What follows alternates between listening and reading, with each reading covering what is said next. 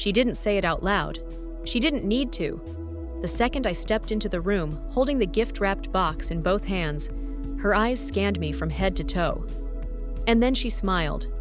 That sharp little smirk she used when she thought no one else would notice. Claire, my daughter-in-law. The room was filled with chatter-clinking glasses, the smell of catered appetizers, and overdone perfume. It was my grandson's birthday party, 7 years old, balloons everywhere, a chocolate cake bigger than he was. But in that moment, I wasn't Grandma. I was a target. Claire turned to her friend, some woman with lashes too long to be real, and leaned in just enough for her voice to carry. "That's brave," she said, nodding in my direction. "Vintage, or just thrift store survivor." The woman choked on her mimosa. I stood frozen for a beat. I was wearing a long floral skirt and a lavender cardigan, comfortable, nothing flashy. Something I'd worn dozens of times to church, to the store, even to family dinners. But suddenly, under that gaze, I felt like I was wearing a costume, like I didn't belong in my own skin. I smiled as I always do. I handed the gift to my grandson, kissed his cheek, and sat quietly in the corner near the coffee table. I told myself not to take it personally. I always do. Claire has always been polished. That's the polite word. Everything she wears is intentional. She color codes her Instagram. Her nails are always fresh. Even when she hosted Thanksgiving while 8 months pregnant, she wore a silk dress and heels. I brought stuffing and wore flats. She never let me forget it. "It's fine," she said once. "You're from a different generation. Comfort matters more to you." She meant it as a compliment, I think. But there's something about the way Claire treats people that leaves you feeling like furniture, functional present, but never admired. And if you happen to wear something more than 3 seasons old, you might as well come wrapped in plastic. That night after the party, I helped clean up the paper plates while she disappeared upstairs. James, my son, was loading chairs into the garage. I rinsed punch bowls and wiped frosting off the countertop. I don't do it because I have to. I do it because it's what mothers do, what grandmothers do, at least the kind I was raised to be. But when I went to throw out a stack of used napkins, I passed by the kitchen island and overheard her again, this time on the phone. She wore that same sweater she's worn since like 2004. I mean, she's sweet, but honestly, you'd think someone her age would have figured out how to update her wardrobe by now. Or at least throw out the garden shoes. She laughed, and I stood there unseen, clutching a trash bag, like I had wandered into someone else's house. Like I didn't help raise the man who bought it. I went home that night and stared at my closet. Row after row of clothes that were practical. Things bought on sale. Blouses that hid my arms. Sweaters that didn't need ironing. Skirts with elastic waistbands. Clothes for someone who blended in. Someone who stepped aside. Someone who gave and gave and gave and asked for nothing in return, but a little kindness. And I thought about Claire, about how she used to borrow my scarves back in college before James proposed. How she once complimented my green wool coat, the same one she now calls Grandma Chic, with a smirk. And I thought about that dress, the one I saw her staring at in the boutique downtown. She stood in the window, checking the price tag, sighing heavily. She didn't know I was behind her. "It's stunning," she said to the sales clerk. "But $100, my husband would have a stroke." I never forgot the dress.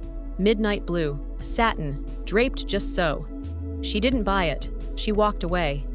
But I didn't. Because sometimes silence isn't strength. Sometimes it's a pause before the crescendo. Sometimes it's a woman looking at herself in the mirror, realizing the reason she's been treated like she's invisible is because she forgot she wasn't. There's a kind of sadness that doesn't announce itself.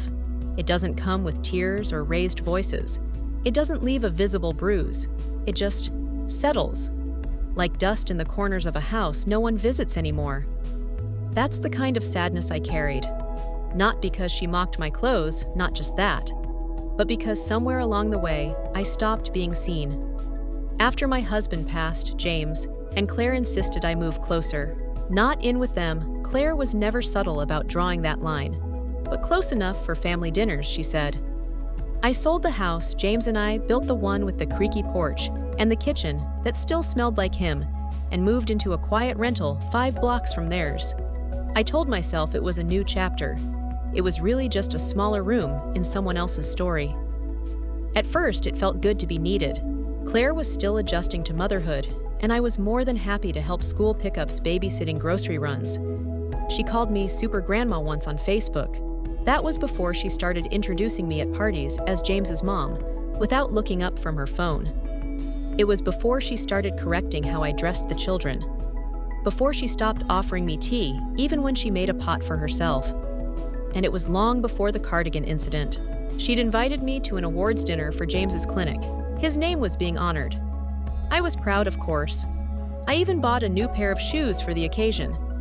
Nothing flashy, just clean black flats with a tiny gold buckle. I wore my best navy dress. Claire took one look and said, "That's cute, but don't you have something less heavy, less heavy?" I didn't ask what she meant. I just changed. At the event, I sat at a side table with the plus ones of junior staff. Claire sat at the front with James laughing like the room was hers. When James won his award, he thanked her first, then the kids, then the staff. He didn't mention me, not once. I told myself it didn't matter. I told myself he was just nervous. But on the walk to the parking lot, I realized he hadn't asked if I'd eaten, if I was cold, if I'd enjoyed the night. He'd said thanks for coming and kissed my cheek, like I was a guest. In my son's life, I began to notice how much I blended in. I was always the one offering to take the group picture, not in it. Always the one driving carpool, never invited to stay after drop-off. I stopped buying new clothes because I had nowhere to wear them. I stopped wearing perfume because no one hugged me close enough to notice. One afternoon, while organizing old storage bins, I found a shoebox filled with birthday cards decades worth. James's handwriting changed over time. So did the messages. From "to the best mom in the world" to "thanks, Mom," to nothing, just his name. I sat on the floor and held the earliest one to my chest, the one with crayon hearts and a messy stick figure of me in a crown. That version of me was a queen. Now I was an afterthought. I remembered a conversation with Claire years ago before they got married. She was different then, kinder, softer. She had admired an old brooch I wore and said, "I hope I'm as elegant as you when I'm older." I laughed and said, "Elegance isn't in the jewelry, honey. It's in how you treat people who can't give you anything." She smiled. I wonder if she remembered. Because now she only noticed what I wore when she wanted to laugh at it. She didn't ask how I was sleeping, or if my knees still ached in the rain, or why I sometimes stayed quiet during dinner. She thought I was just tired, but I was grieving the slow death of being known. And yet despite it all, I still loved them, still showed up, still baked cookies with the kids on Fridays and folded laundry without being asked. Because I thought maybe they'd see me again if I kept being useful. But love should never be conditional on invisibility. The night of the birthday party, the one with the cardigan joke, I walked home in silence. The street was well lit. My hands were cold, my feet sore, but my heart strangely still. Because the sadness had settled so long ago, it no longer pulsed. It just lived there. And as I passed the boutique downtown, I saw it again. The dress, midnight blue, the one I knew she loved, the one she called impossibly chic in passing, but laughed off because of the price. I stood there and stared at it in the window, the way she once did. But unlike her, I didn't walk away. I stepped inside. The bell above the boutique door jingled as I stepped in. Soft lighting, gentle music, the scent of expensive candles that smelled like lavender and old money. It had been years since I walked into a store like this one that didn't offer buy one, get one racks or clearance bins shoved into the back corner. Everything in here was hung with space between it. Space said, "We don't need to sell fast." The young woman behind the counter looked up. She smiled. Not the forced smile you give someone who doesn't fit the space. A real smile. "Hi there. Can I help you find something today?" I took a breath. "I saw a dress in the window," I said. "Midnight blue, V-neck, satin." Her eyes lit up. "Oh, that one's beautiful," she said. "It's from the spring collection. Not many people even try it on. It's a bit aspirational." Aspirational? What a word. "I'd like to try it," I replied. She blinked, then smiled again, genuinely this time. "Of course." She disappeared into the back. I walked slowly around the showroom. Everything was elegant, quiet, confident, not screaming for attention, just existing beautifully, like the woman I used to be. Maybe still was.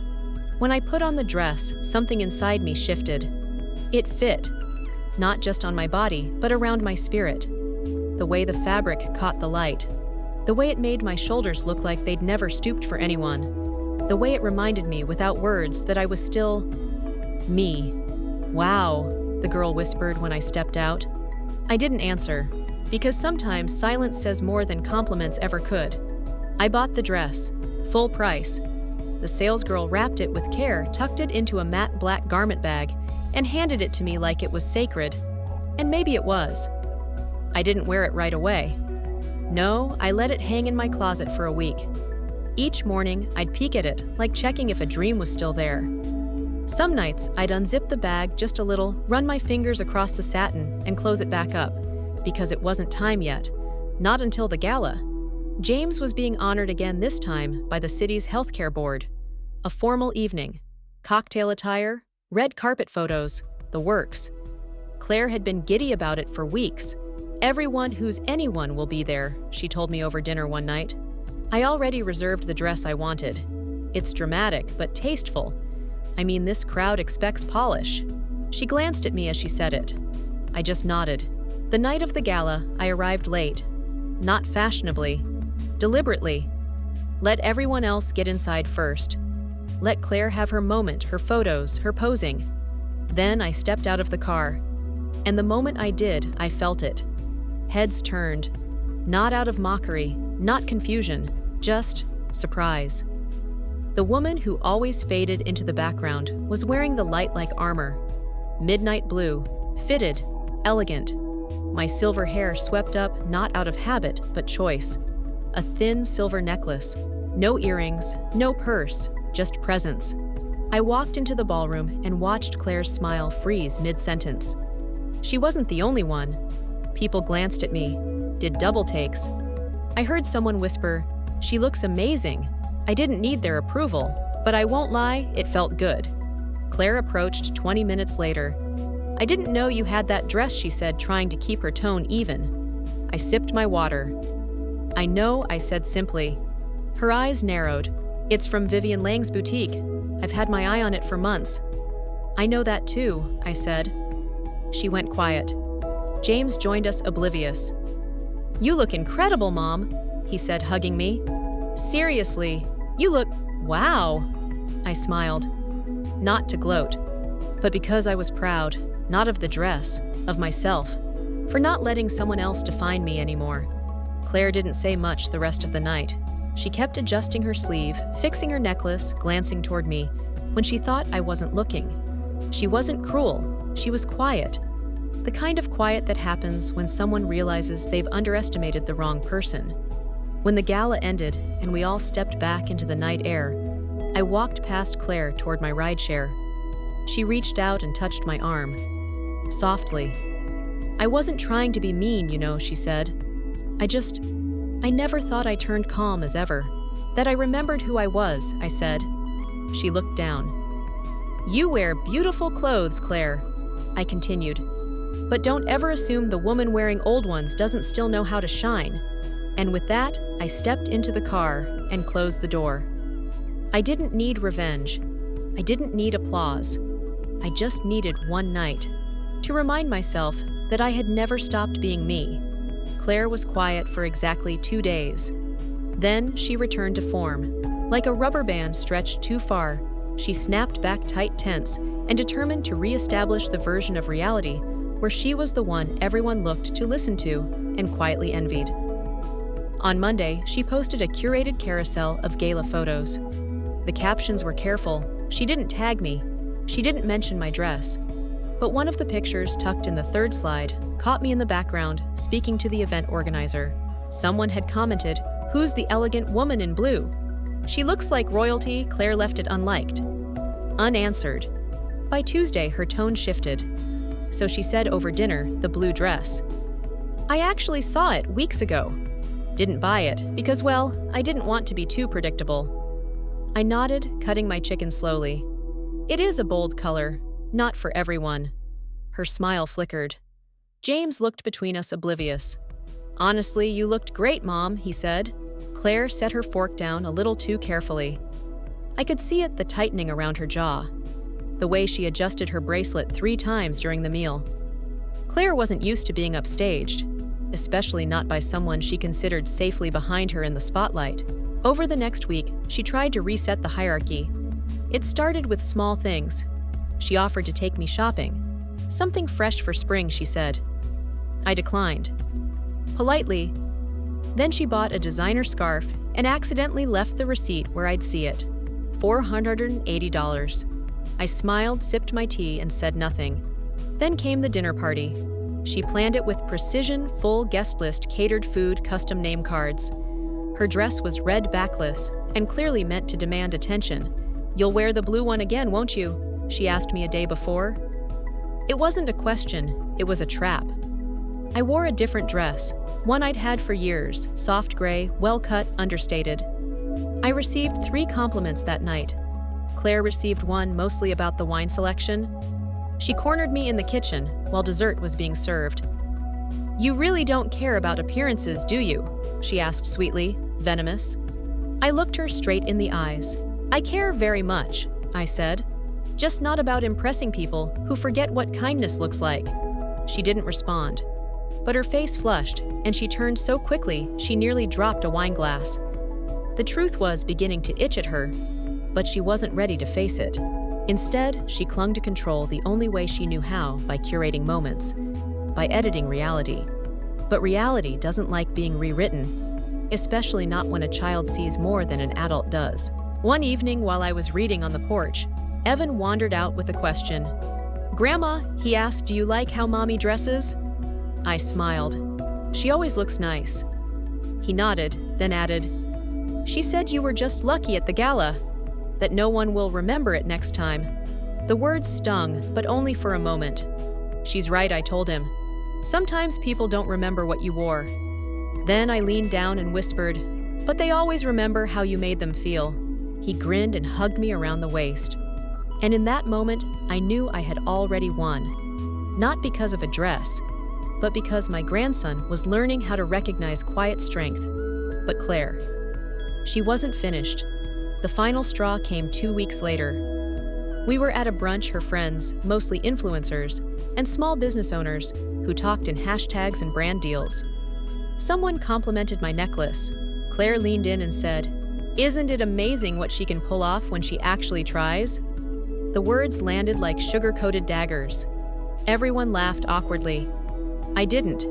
I set my coffee down and turned to Claire.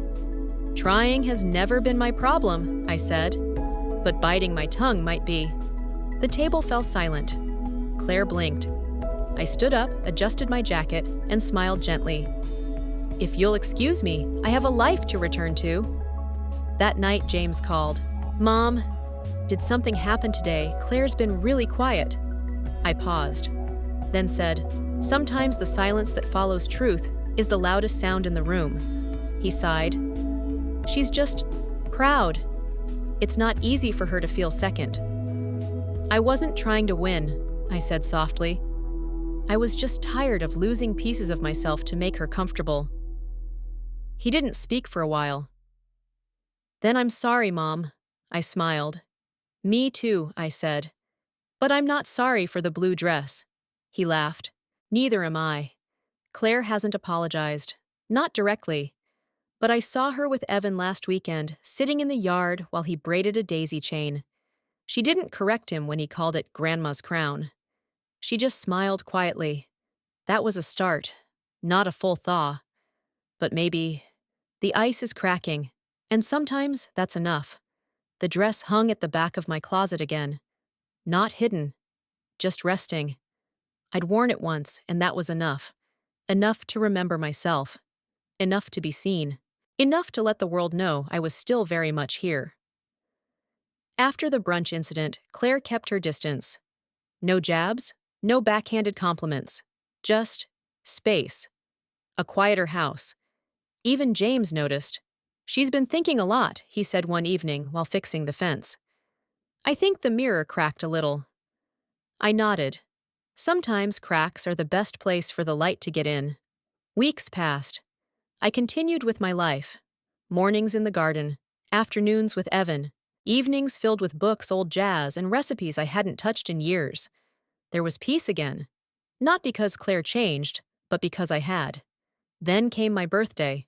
I wasn't expecting much. A few cards, a call from my sister, maybe dinner with James and Evan. But around 6 p.m., the doorbell rang. I opened it, and there she was. Claire. No makeup. No designer bag. Just jeans and a soft blue sweater I hadn't seen before. In her hands, a garment box. She didn't say anything, just held it out. "For me?" I asked quietly. She nodded. "I found it at a charity auction," she said. "Someone donated it, unopened." I recognized the name on the boutique tag. I opened the box slowly. Inside was a dress. Not new, not expensive. Old-fashioned, floral, well-worn, but familiar. Very familiar. My breath caught. It was mine. A dress I hadn't seen in almost a decade. The one I wore the day James graduated medical school. The one Claire once borrowed before the wedding. The one I thought had been lost. But there it was. Cleaned, pressed, folded with care, and pinned to the collar was a note. In Claire's handwriting. "You wore this the first day I realized what grace looked like. I'm sorry it took me this long to tell you." I blinked, swallowed, tried to speak, but nothing came out. Claire looked at me, really looked, and said, "Happy birthday." Then she turned and walked away. I stood there in the doorway for a long time, holding a memory, holding forgiveness wrapped not in apology, but in understanding. She didn't need to say more. She already had. That night, I hung the floral dress beside the blue one. One for who I was. One for who I still am. Both now seen. Have you ever waited too long to say what mattered? Has someone ever reminded you who you are without saying a single word? Tell your story in the comments. Because sometimes healing doesn't come in speeches. It comes in quiet returns. And dresses once forgotten